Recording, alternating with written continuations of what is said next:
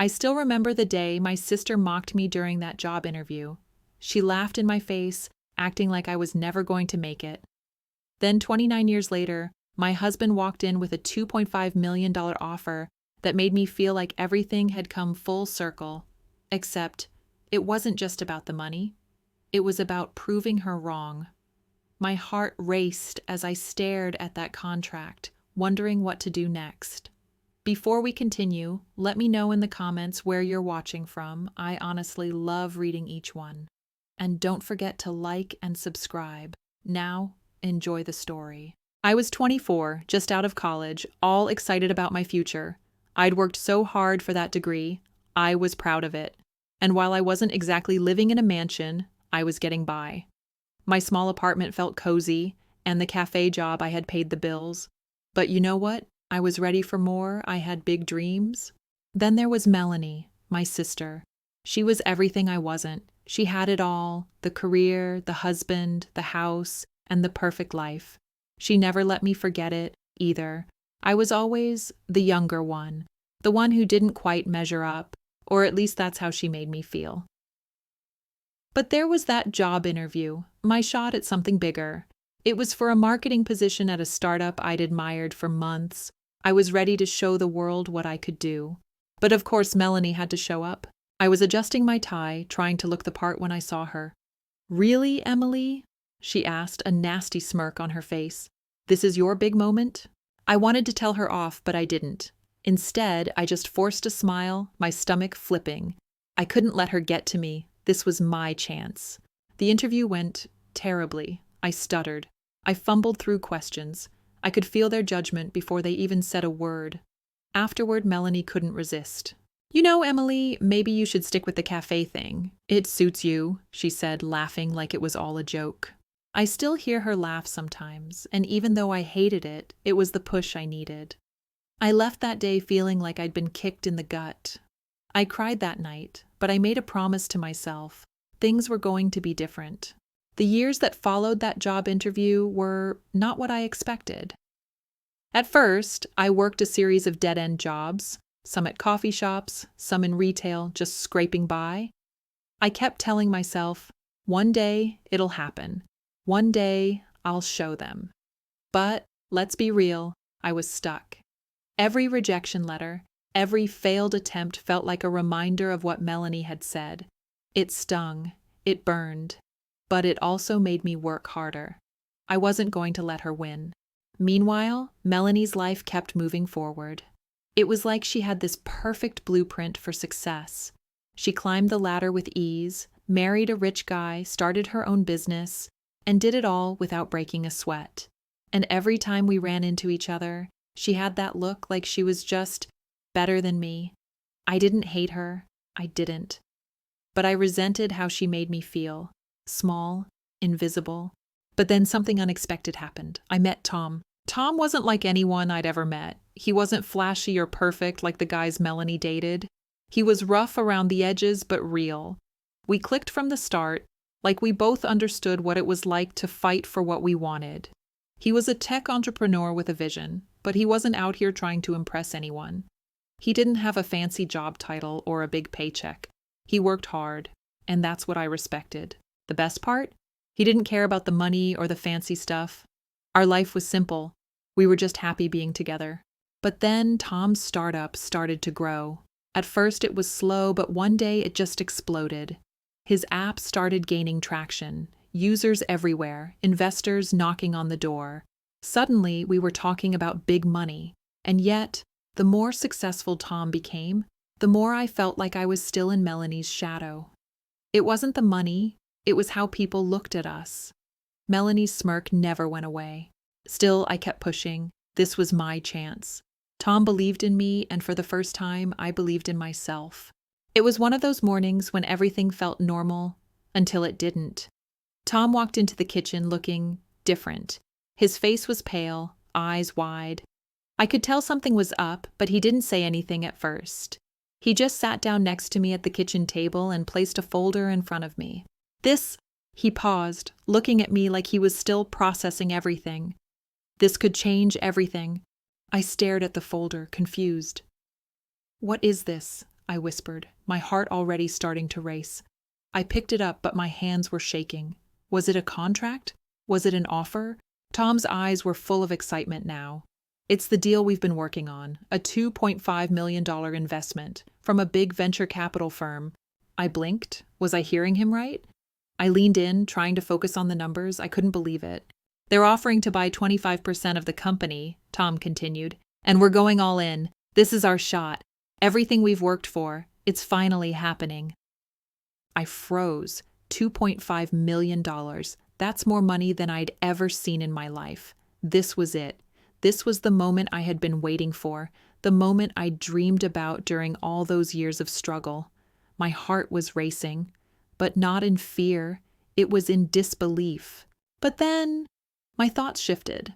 I couldn't help but think of Melanie. She had no idea. She didn't know that I'd gotten here on my own, that I was part of something this big. I felt a knot in my stomach. Tom, this is huge, I finally said, my voice barely above a whisper. I don't even know what to say. He took my hand, squeezing it tightly. You don't have to say anything. This is yours too. We did this together. I nodded, trying to breathe, trying to wrap my mind around it. I wasn't just standing on my own anymore. I was standing with Tom. But the real question was, what was I going to do with this? I don't know why I did it. Maybe I was tired of being in Melanie's shadow. Maybe I wanted to show her that I had changed, that I wasn't the same girl she mocked all those years ago. Maybe I was just tired of being underestimated. Either way, I picked up the phone. Melanie, I said, my voice a little tight. Remember that time you laughed at me during my job interview? There was a long pause on the other end. I could practically hear her smirking. Oh, I remember, she replied, that familiar, condescending tone creeping into her voice. Why? You finally decided to crawl out from under your rock? I could feel the anger rising in my chest, but I wasn't going to let her get to me this time. Because I just got an offer, I said, trying to keep my voice steady. A $2.5 million offer for a company I helped build. Silence. And then she laughed. Are you serious? She scoffed. You're calling me with this? Are you really that desperate for my approval? The sting of her words hit me harder than I wanted to admit, but I refused to back down. No, Melanie, I snapped, my voice stronger now. I'm not calling you for your approval. I'm telling you, there's more to life than what you think. I hung up before she could say anything else. My hands were shaking as I set the phone down, but a wave of relief washed over me. I'd done it. I had stood up for myself in a way I never had before. And Melanie? Well, she was probably laughing, but I didn't care anymore. It wasn't about her, but part of me knew this wasn't over yet, not by a long shot. The days that followed were a blur. Tom and I dove headfirst into the deal, working through all the legal stuff, the fine print, the negotiations. Everything was moving so fast, I could barely keep up. And every time we saw Melanie, I could feel the weight of her skepticism. It wasn't the money that bothered me. It was the way she looked at me like I was still that little girl who would never make it. At a family gathering, a few weeks after the call, I saw her again. She was standing across the room, chatting with some relatives, when she caught my eye. I knew that look, the one where she thought she was better than me, like I was just a joke. It wasn't enough that she had everything. I was still the lesser one. And it felt like I had to prove myself to her every single time. As if on cue, Melanie approached me. She smiled, but it wasn't warm. It was the kind of smile that said, I'm trying to be nice, but I'm secretly judging you. You know, Emily, she said with that annoying condescension in her voice, it's cute that you think you're successful now. But people like me, people who actually know what they're doing, they're the ones who make it last. Her words stung, but they didn't break me. Not anymore. I looked her straight in the eye, trying to keep my cool. I don't need you to think I'll make it, Melanie. I've already proven that I can. I don't need your approval. Her smile faltered for a moment, and I could see a flicker of something in her eyes. Was it doubt? Jealousy? Maybe both. But she didn't say anything else. She just turned and walked away. And that's when I realized it wasn't about the money. It wasn't about proving to Melanie that I could make it. It was about proving it to myself. All these years, I had lived in her shadow, trying to live up to something that wasn't even real. She wasn't the standard I needed to meet. I was. With the investment deal secured, Tom and I started expanding. We hired new people, created new products, took risks. It felt like we were finally building something real.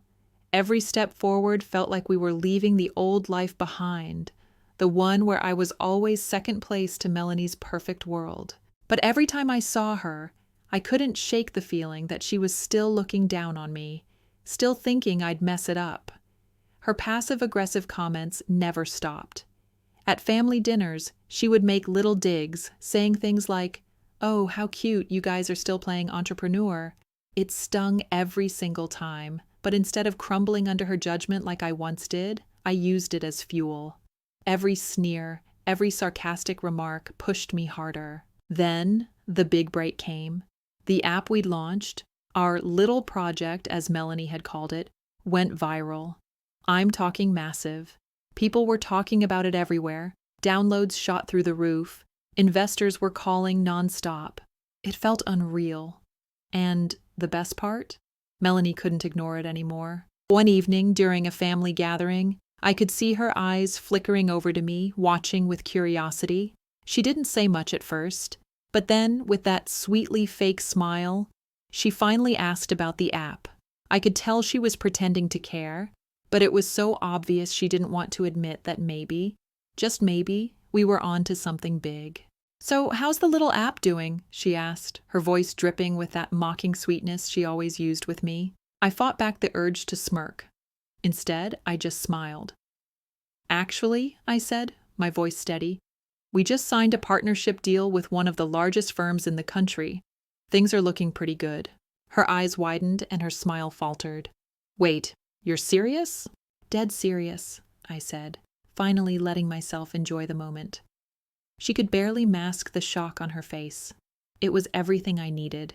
She didn't respond at first, just stood there, blinking like I'd slapped her. But the silence was golden. For the first time, I felt like I wasn't the one standing in her shadow anymore. It wasn't long after that conversation with Melanie that things started to feel different. Sure, the app was growing. Sure, the deal with the big firm was a huge success. But it wasn't just the business side that was changing. It was everything. My confidence, my outlook on life. I was finally starting to believe in myself in a way I never had before, and it felt good. Tom and I kept pushing forward. We were taking risks, big risks. But the thrill of building something from the ground up was worth it. Every late night, every meeting, every tough decision was starting to pay off. And as much as Melanie's presence still loomed over me, I felt like I was finally starting to carve out my own place in this world. But life has a funny way of throwing curveballs when you least expect it. One evening, Tom and I were at a fancy dinner with some investors, celebrating the app's success and a new round of funding. As we were finishing dessert, I noticed a familiar face across the room, Melanie. She was with her husband, Greg, and they were laughing, talking like everything was perfectly fine. I didn't want to get involved. I didn't want to have any kind of confrontation. But there was something about the way she was standing there, her back straight, her head held high. It rubbed me the wrong way. She didn't know what I knew. She didn't know how much had changed. I couldn't help myself. I walked over to her table, my heels clicking against the floor. Her eyes met mine, and for a moment it felt like we were locked in some sort of silent battle. She was still the queen of the family, still the one everyone admired, and I was just Emily, the one who was never good enough. But that was no longer true. "Hey, Melanie," I said, forcing a smile. "Funny running into you here?" She looked up at me with that cool, almost superior expression she always wore. "Oh, Emily, I didn't expect to see you at one of these events, but I guess it makes sense. You've been doing, well, okay lately." I could feel the weight of her words, her attempt to diminish everything I'd worked for. But I wasn't going to let it get to me. I wasn't that girl anymore. I wasn't going to shrink. "No, Melanie," I said, standing tall. "I'm not just okay, I'm doing better than okay. And you should know, our app just went national." We've got partnerships with some of the biggest companies in the country. It's huge." Her eyes flickered, a brief moment of surprise flashing across her face before she masked it with that same calm demeanor. "Wow," she said, sounding more impressed than I expected. "I didn't know it was that big." "It is," I said, my voice firm. "And you know what, Melanie? I've stopped caring about your opinion. I'm doing this for me. I've finally made it.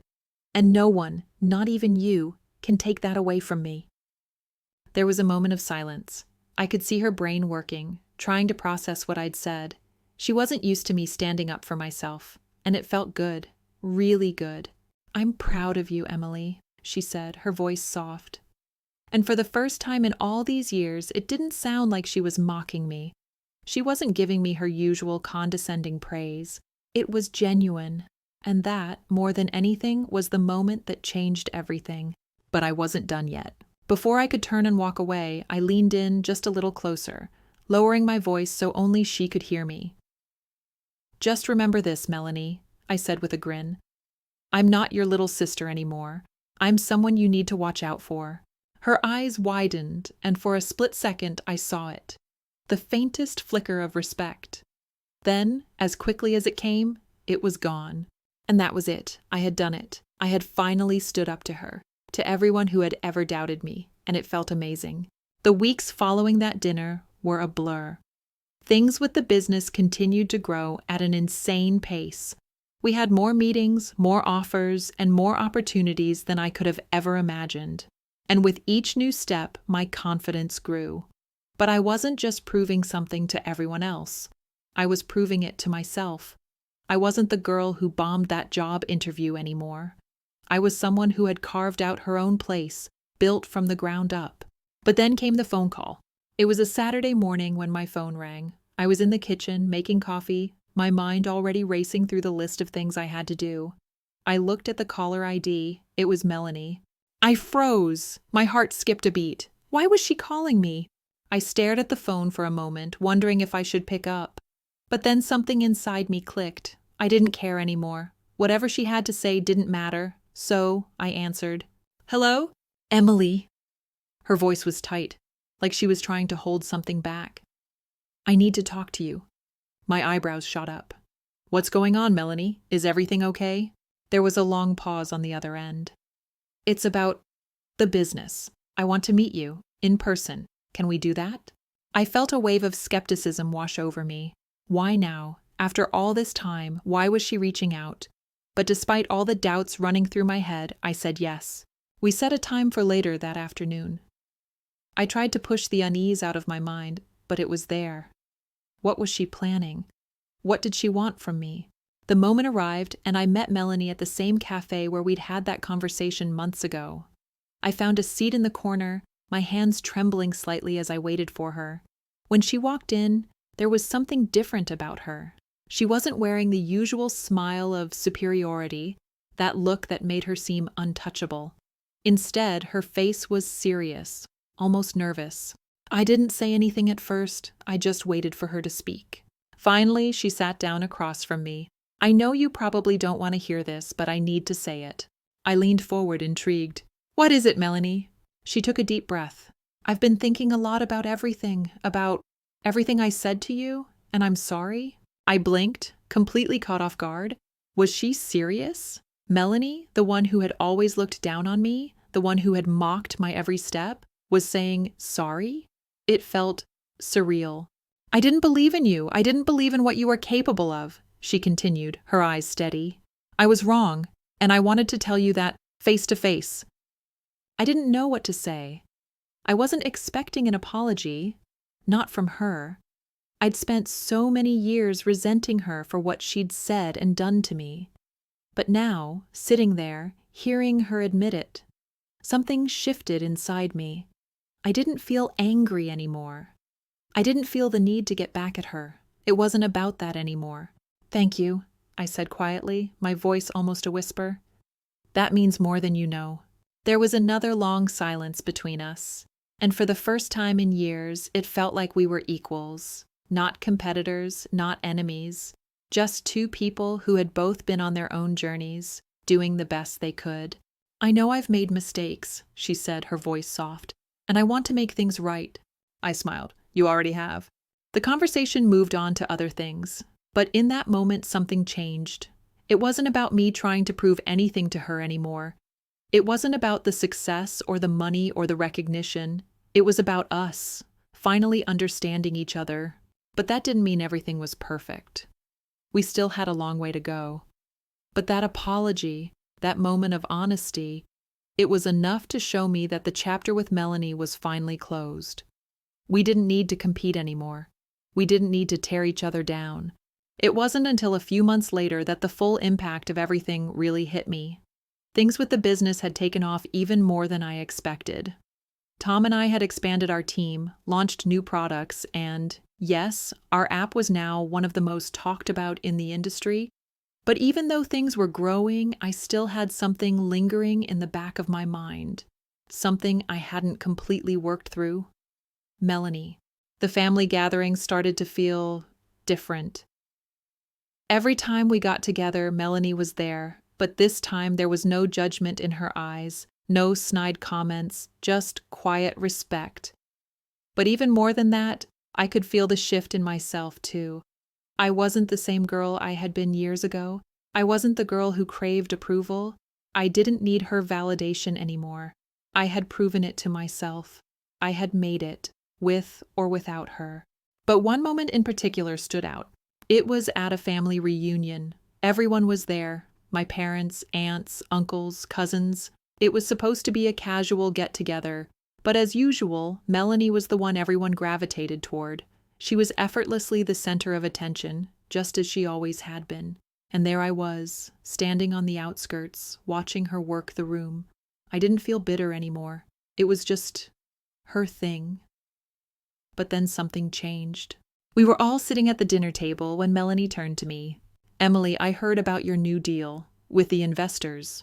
She said it calmly, but I could hear the hint of something more beneath her words. "Yeah, it's been a wild ride," I replied, trying to keep my tone casual, though a part of me was still bracing for that judgment. I was used to it by now. "I know," she said, her smile turning a little warmer.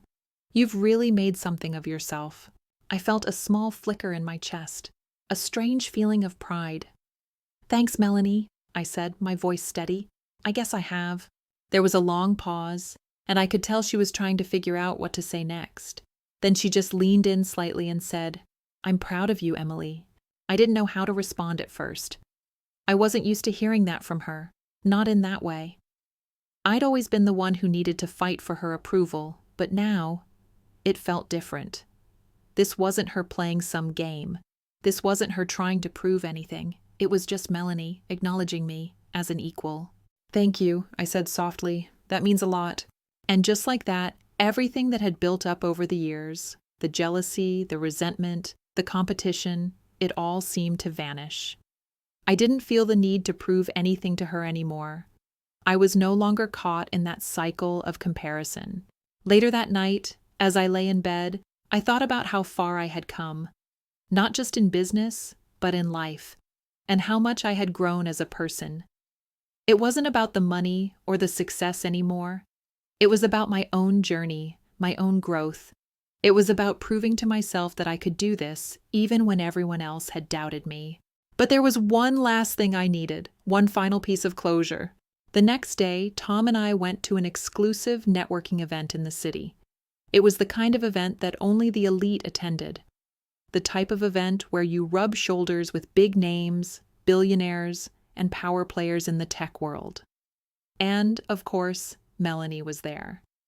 As always, she had that perfect smile, that perfect hair, and that perfect persona. But as I stood across the room, I couldn't help but feel like I was finally standing in my own light. It wasn't about competing with her anymore. It wasn't about proving I was better. It was about me, finally being me. At one point during the event, I saw her across the room. She was talking to someone, but her eyes caught mine. There was no smirk, no judgment, just a quiet acknowledgement. I walked over to her, smiling. "Hey, Melanie," I said casually, my voice steady and sure. "It's good to see you." Her smile faltered just for a moment, like she was surprised by my approach. Then she looked me up and down, And for the first time in years, her expression wasn't one of superiority. It was respect. Genuine respect. "Hey, Emily," she said, her tone warm. "You've come a long way." I nodded. I guess we both have. And for the first time in our entire lives, I didn't feel like I was fighting her for something. I didn't need to compare myself to her anymore. I didn't need her validation. I had my own. The final few months felt like the grand finale of a movie. Tom and I were living in a world that was completely different from what I'd known growing up. We weren't just building a business, we were creating something that felt bigger than both of us. And even though things were moving fast and everyone around us was celebrating, I still had one last piece to work through. The part of me that hadn't completely let go of the past. It was a Wednesday afternoon when I received a message from Melanie. My heart skipped for a second. I hadn't heard from her much since that reunion. It had been cordial, respectful, but nothing beyond that. The message was simple. "Can we talk? I need to ask you something." I stared at my phone for a minute. I wasn't sure what she was going to say. My initial reaction was to dismiss it, but I'd come so far in the last few years, and I had learned that the past didn't have to control me anymore. If I wanted closure, if I wanted peace, I needed to deal with this head on. So I agreed to meet her. We decided on a coffee shop near my office, somewhere neutral. When I arrived, she was already sitting at a table, her back straight, her usual confident air about her. But something was different. There was a softness in her eyes that I hadn't seen before. She wasn't the person who had mocked me, who had looked down on me in every way possible. "Hey," I said, sitting down across from her. "What's going on?" She hesitated, clearly trying to figure out how to begin. I waited, watching her, feeling the weight of everything between us. I've been thinking a lot about the past, Emily," she started, her voice quieter than usual. "About what I said to you, about how I treated you." I raised an eyebrow. "What do you mean?" "I was wrong," she said, looking down at her coffee cup. "For years, I treated you like you were, I don't know, like you were lesser, like you weren't capable of anything more than, I don't even know." She took a breath and looked at me, her eyes full of regret. "I didn't see you for who you really are, and I know it hurt you, and I am so sorry for that." Her words took me by surprise. I wasn't expecting an apology, not like this, not after all this time. Part of me wanted to brush it off. After all, it didn't change the past. But another part of me, the part that had grown over the years, recognized that this was a huge moment. This wasn't about winning. It wasn't about proving her wrong anymore. It was about forgiveness, real forgiveness. I took a deep breath and smiled. "Melanie, you don't need to apologize. You've already shown me who you really are, and I've shown you who I am too." She nodded, the relief on her face evident. "But I still feel like I need to make it right. I think I've spent so much of my life trying to be perfect, trying to be the one everyone admires, and I lost sight of what really matters. I lost sight of my own sister. I felt my chest tighten as I realized just how much had shifted in her.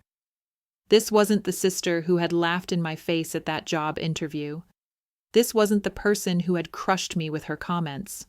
She was finally admitting her own flaws, her own weaknesses, and in a way, it felt like everything I'd been through had led me to this moment. Not to hear her say sorry, but to see her truly acknowledge me. "I never needed you to be perfect," I said quietly. "I just needed you to see me for who I am, not who you thought I was." For the first time, there was a long pause between us, a pause filled with understanding. Then Melanie reached across the table, her hand trembling slightly, and took mine. "I do see you now, Emily," she whispered, "and I'm proud of you. I'm proud of everything you've accomplished. I want you to know that." Tears filled my eyes, but this time, they weren't tears of pain. They were tears of release, of finally letting go of the bitterness, of seeing the person I'd once envied admit their own flaws and extend a hand to me, asking for forgiveness. "I know," I said softly, squeezing her hand. "I know, and I'm proud of you too." We sat there for a while, just talking. We didn't talk about the business, or the success, or the things we'd fought over. We talked about life, We talked about the things that had shaped us both, the mistakes, the regrets, the fears. It was like peeling back layers we didn't even know we had built around ourselves. And by the end of our conversation, there was a new sense of peace between us. Not just because of what Melanie had said, but because I had forgiven her. And maybe, just maybe, I had forgiven myself too. That night, as Tom and I sat together in the quiet of our home, I felt like something had finally closed, like a chapter of my life that had been open for too long. I thought about everything that had brought me to this point, the job interview, Melanie's mockery, the painful years of working hard and falling short, and finally, the moment where I realized I didn't need anyone's approval. I had found my own worth. And when I closed my eyes that night, I could honestly say I felt free.